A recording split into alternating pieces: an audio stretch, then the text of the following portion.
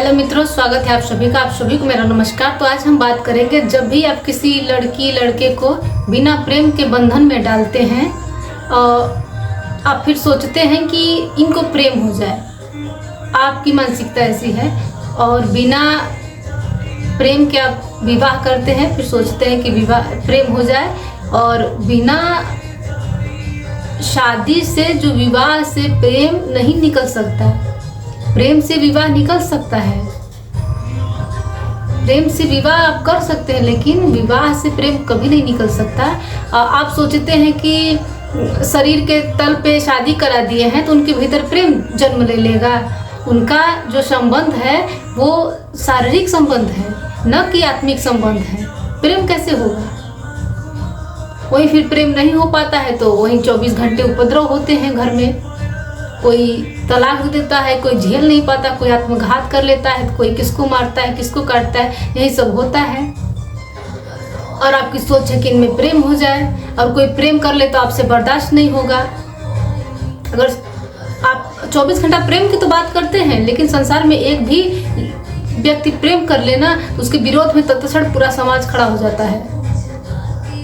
ऐसे कैसे हो गया? नहीं होना चाहिए, गलत है, ये गलत मार्ग चुन लिया इंसान, ऐसे बोलता है। और ऐसे फिर वो कैसे सोच सकता है कि दो जो कि शरीर के तल पे शादी हम करवा रहे हैं उसके भीतर प्रेम हो जाए? कैसे हो सकता है? प्रेम एक आत्मिक घटना है, वो कभी भी किसी के साथ हो सकता है। और आप जबरदस्ती करवा रहे हैं, फिर वही दो परिवारों के बीच तनाव होता है, दूरी पैदा होती है, झगड़े होते हैं, लड़ाई होते हैं, फिर मनमुटाव होते हैं। लोग फिर एक दूसरे से बात नहीं करते, एक दूसरे को देखते नहीं है। इसी तरह से सब बिखर जाता है। और दो घर बिखर रहे हैं, परिवार बिखर रहे हैं, लोग बिखर रहे हैं, फिर भी लोगों को समझ में नहीं आ रहा है कि प्रेम गलत नहीं है। आप गलत चीज प्रेम को लेके अपने मन में डाल लिए हैं। आप लड़की लड़के को ऐसे शादी कराते हैं, मतलब आपको कैसे पता कि हम मंत्र पढ़वा देंगे दो लोग को बैठा करके तो शादी जैसा कुछ हो गया? कैसे शादी हो गया? किस तर्क के आधार पे आप कहेंगे? दो लोग, जो आप पंडित मंत्र पढ़ता है, न लड़के को पता है उस मंत्र का अर्थ, न लड़की को पता है। उस मंत्र को पढ़ देने से आपके भीतर क्या घट गया कि आपको लग गया कि मेरी शादी हो गई या इन दोनों की शादी हो गई? क्या घट गया? घटित तो प्रेम होता है,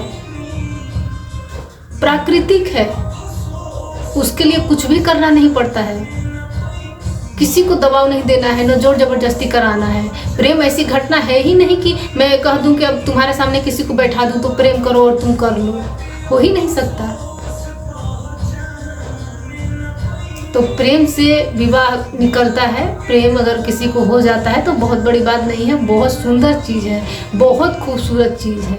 इसको समझने का प्रयास कीजिए, किसी के साथ जबरदस्ती मत करिए, प्रेम का विरोध मत करिए, क्योंकि ये आत्मिक घटना है।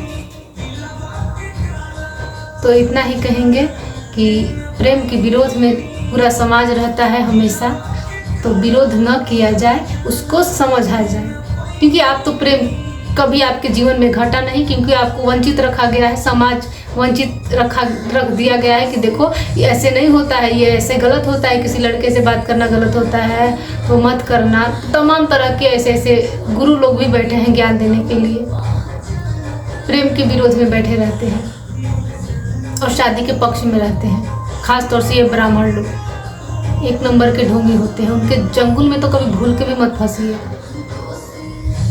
तो प्रेम को समझिए। इतना ही कहेंगे कि किसी का भी जीवन आपकी वजह से खराब नहीं होना चाहिए। लड़के लड़कियों का जीवन नर्क सिर्फ दो परिवार मिलके बनाते हैं। उनसे कभी पूछते भी नहीं है कि तुम्हारी मर्जी है शादी करने के लिए, नहीं तुम किसी से प्रेम भी करते हो कि नहीं, करना चाहते हो प्रेम विवाह तो वो भी कर लो। अगर एक भी लड़का लड़की अपने घर में बोल दे कि मैं इससे प्रेम करता हूँ, उसी से शादी करना चाहता हूँ, तो मतलब भूचाल आ जाता है। पूछिए मत कि क्या हो जाता है दोनों के बीच में।